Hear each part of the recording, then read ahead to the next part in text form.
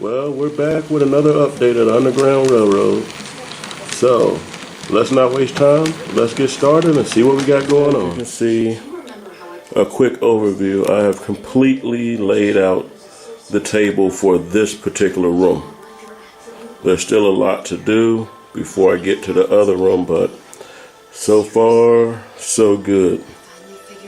And one of the things I find most intriguing that I've actually done a very good job of is this little retaining rock wall.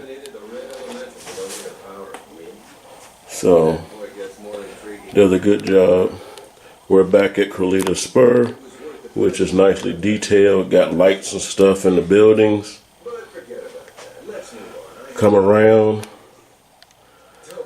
The good thing about Christmas time and everything, see post office boxes? That's exactly what that is, with a couple of things from a 3D printer.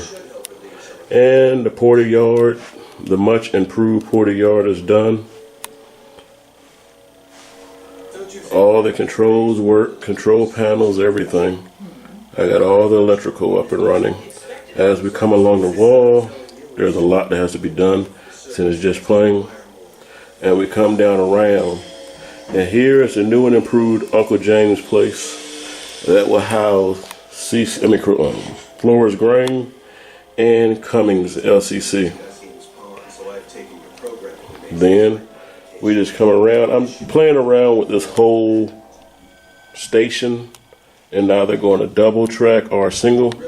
I'm going to add a light rail to it. This area, I'm still not exactly sure how I'm going to set this out, but it's there.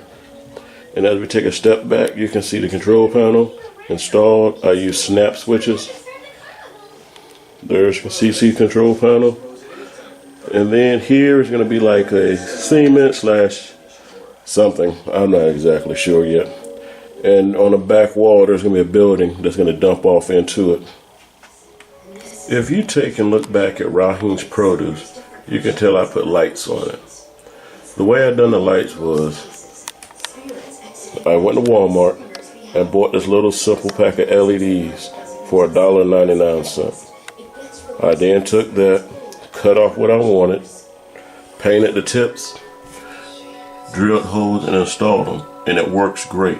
Only thing you had to do was just add a resistor to it, and you're good to go.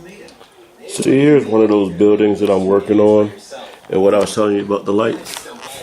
You just take it, drill a hole, that way you're able to run the lights through. And as this one you can see, it's going to have a total of 10 lights, 4 on each side and 1 on each end. But this is one of the ones in the work. This is going to be put in James' place, and this is E. Cummings on building. Yes, in honor of the senator that passed. If you notice along the back wall, you can see how I'm experimenting with different types of backdrop, inclines, whether to go with a natural earth or a building type. So, let me know what y'all think works best. I gotta tie it into this rock face here, so give me a shout out and let me know.